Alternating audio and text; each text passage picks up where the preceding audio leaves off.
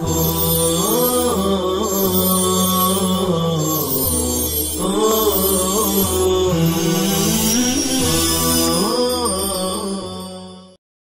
لله رب العالمين والعاقبة للمتقين والصلاة والسلام على سيد الأنبياء وأشرف المرسلين وعلى آله وصحبه أجمعين. أما بعد، باب ما جاء في أكل الضبع. وبه قال حدثنا أحمد بن منيع قال حدثنا إسماعيل بن إبراهيم قال حدثنا ابن جريج عن عبد الله بن عبيد بن عمير عن ابن أبي عمار قال قلت لجابر الضبع صيد هي؟ قال نعم. قلت آكلها؟ قال نعم. قلت أقاله رسول الله صلى الله عليه وسلم؟ قال نعم. هذا حديث حسن صحيح.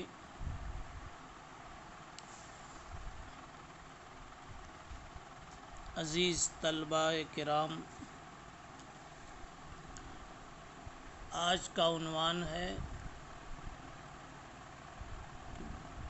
بجو کھانے کی شرعی حیثیت کیا ہے؟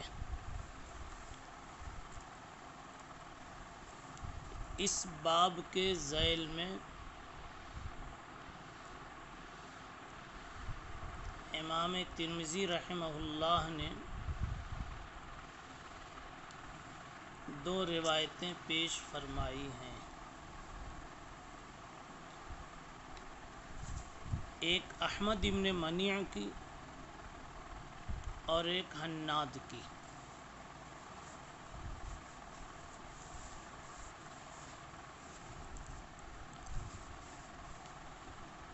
پہلے ضبع کا معنی آپ سمجھیں۔ باب ما جاء فی اکل الضبع، ضبع کا اردو میں ترجمہ بجو سے کیا جاتا ہے، فارسی میں اس کو کفتار کہتے ہیں۔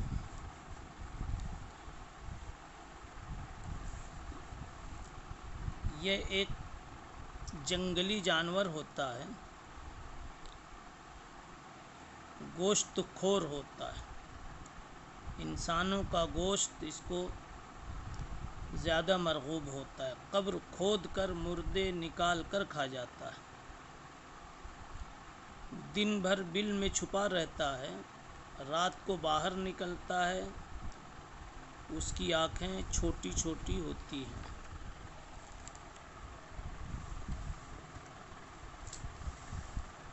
بجو کے متعلق کچھ باتیں جانوروں کی معلومات رکھنے والے علماء کرام نے بتائی ہیں، جن کا تعلق شرعیات سے تو نہیں ہے، احکام فقہیہ سے نہیں ہے، معلومات حیوانات کی قبیل سے ہیں۔ مثلا ایک بات یہ کہی جاتی ہے کہ یہ جانور 1 سال مذکر رہتا اور 1 سال مؤنث رہتا ہے۔ علامہ جاحظ زمخشری، قزوینی، یہ تینوں حضرات نے یہ بھی نقل کیا ہے کہ یہ جب مذکر ہوتا ہے تو حاملہ ہوتا ہے، مؤنث ہوتا ہے تو بچہ جنتا ہے۔ علامہ ابن الصلاح اور ارسطہ طالیس سے بھی کچھ اسی طرح کی بات نقل کی جاتی ہے۔ سوئے ہوئے آدمی کے سر کے نیچے گڈھا کھود کر اس کا خون پی لیتا ہے۔ نہایت فسادی جانور ہے یہ، اور حماقت میں بھی، بیوقوفی میں بھی مشہور ہے۔ کسی جگہ پر بجو اور بھیڑیا دونوں بکریوں کے ریوڑ میں جمع ہو جائیں تو پھر بکریاں محفوظ ہو جاتی ہیں، اس لیے کہ یہ دونوں آپس میں لڑتے رہتے ہیں۔ اسی لیے اہل عرب کبھی اپنی دعا میں ایسا کہتے تھے اللہم ذبعا وزیبا، کہ اللہ یہ دونوں پارٹیوں کو آپس میں لڑا دے، ذبعا وزیبا، ان دونوں کو بجڑا دیں، لڑا دیں یا آپس میں لڑتے رہیں تاکہ ہماری طرف یہ متوجہ نہ ہو۔ اور بھی کچھ اس کی خصوصیات یعنی بجو کی بتلائی جاتی ہیں۔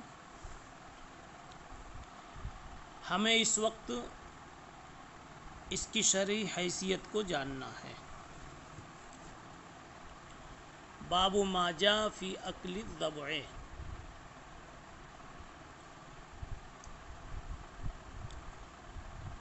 بجو کھانے کے بارے میں وارد شدہ روایات کا بیان۔ امام ترمذی رحمۃ اللہ علیہ نے آگے چل کر اپنی عادت شریفہ کے مطابق بجو کھانے کے سلسلے میں ائمہ کا اختلاف بتلایا ہے۔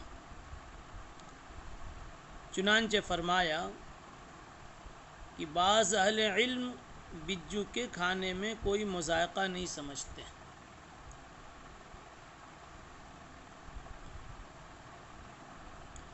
یعنی جائز سمجھتے۔ ابن عباس، عطا ابن ابی رباح کا یہی قول ہے، اور ائمہ مجتہدین میں امام شافعی، امام احمد ابن حنبل اور پھر اسحاق ابن راہویہ وغیرہ سے بھی یہی منقول ہے۔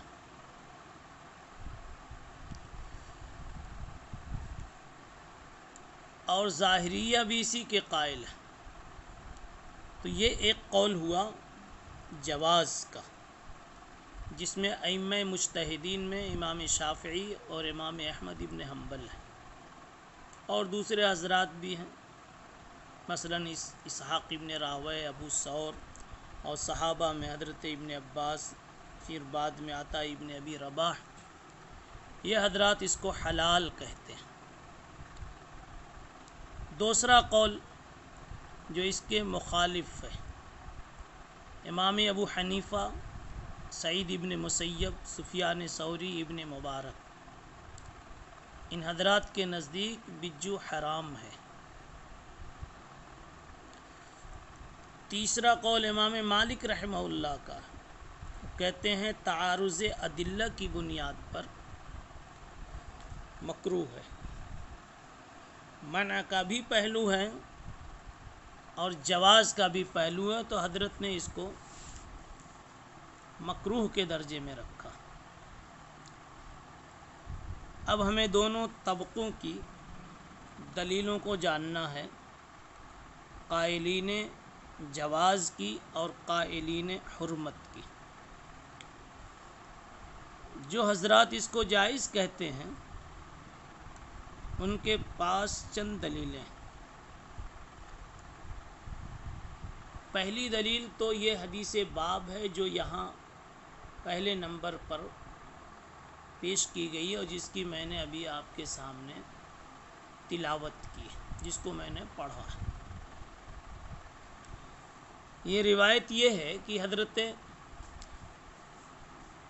ابن ابی عمار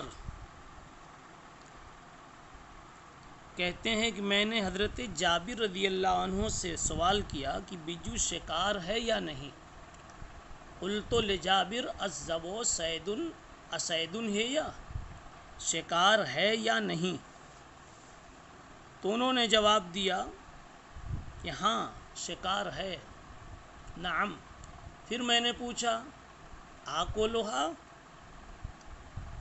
میں اس کو کھا لوں؟ تو جواب دیا ہاں کھا لو۔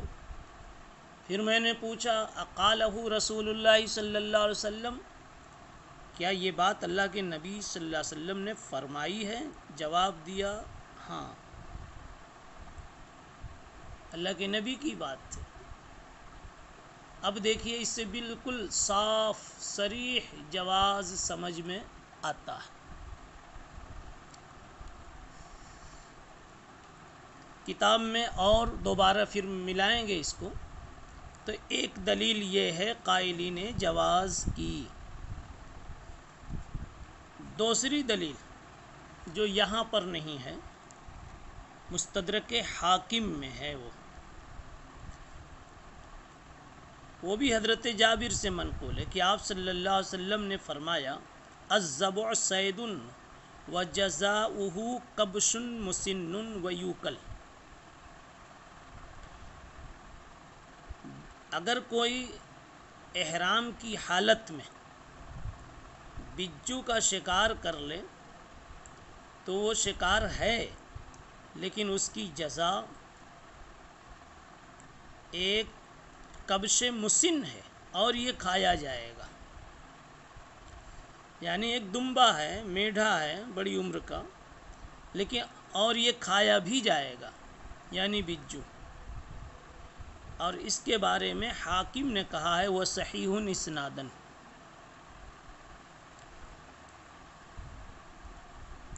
یہ دو دلیل ان کی ہوئی۔ تیسری دلیل جواز کی امام بیہقی نے عبداللہ بن مغفل سلمی سے ایک روایت نقل کی، قلت یا رسول اللہ ما تقول فی الذبح، میں نے پوچھا یا رسول اللہ بجو کا کیا حکم ہے؟ آپ نے فرمایا لا آکلہ ولا عنہا عنہ، نہ کھاتا ہوں نہ روکتا ہوں، میں نہ کھاتا ہوں نہ روکتا ہوں۔ تو پھر یہ راوی کہتے ہیں قل تو معلم تنہا عنہ فإنی آکلہ، آپ جب تک روکیں گے نہیں میں کھاتا رہوں گا۔ اس سے پتہ چلا کہ کھانا جائز ہے، آپ صلی اللہ علیہ وسلم نے روکا نہیں۔ ان کی چوتھی دلیل حضرت سعد رضی اللہ تعالیٰ عنہ کے بارے میں امام شافعی وغیرہ نے نقل کیا ہے کہ وہ بجو کھایا کرتے تھے۔ اور ایک دلیل اور ہے، امام شافعی فرماتے ہیں بجو کا گوشت صفا اور مروہ کے درمیان بکتا ہوا برابر نظر آیا، برابر بکتا رہا، لوگ کھاتے رہے، کسی نے نکیر نہیں فرمائی۔ اگر اس کا کھانا جائز نہیں ہوتا تو ضرور نکیر آتی، کوئی نہ کوئی تو ضرور منع کرتا۔ اسی طریقے سے بعض شوافع یہ بھی کہتے ہیں کہ اہل عرب ہمیشہ اس کی تعریف کرتے ہیں، اس کو اچھا سمجھتے ہیں۔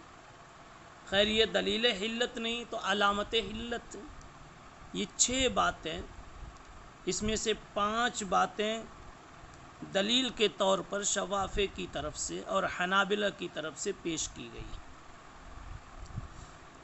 اب دوسرا طبقہ جو حرمت کا قائل ہے، جن میں احناف وغیرہ ہیں، ان کی دلیلیں سنیے۔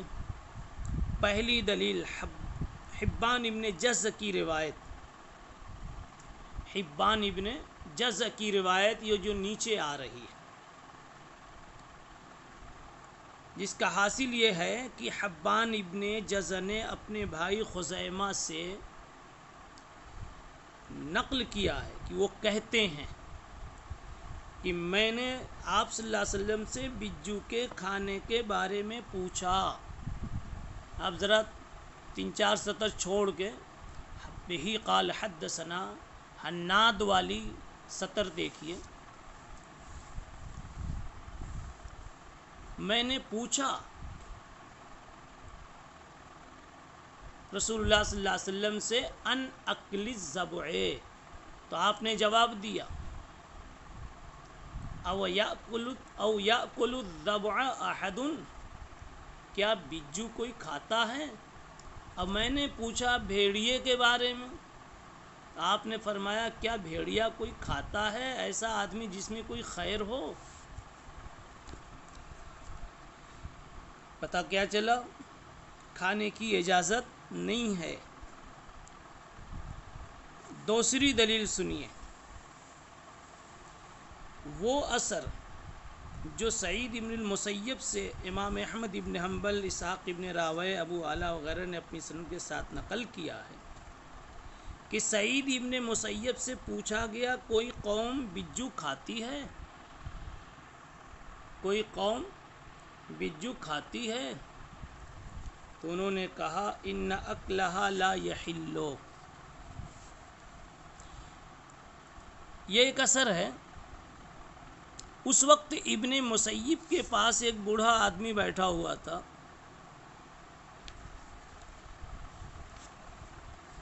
اس نے بیان کیا کہ مجھ سے عبداللہ نے بیان کیا کہ میں نے ابو درداء سے یہ کہتے ہوئے سنا کہ رسول اللہ صلی اللہ علیہ وسلم نے روکا ہے، نہا رسول اللہ صلی اللہ علیہ وسلم ان اکل کل ذی خطف و نہب، خطف و نہب، نبی پاک صلی اللہ علیہ وسلم نے ہر نوچنے والی، اچک لے جانے والے جانور سے منع فرمایا، اور اس میں ایک لفظ فرمایا وَكُلِّ ذِي نَابٍ مِّنَ السِّبَاعِ، ہر درندے کے کھانے سے منع فرمایا۔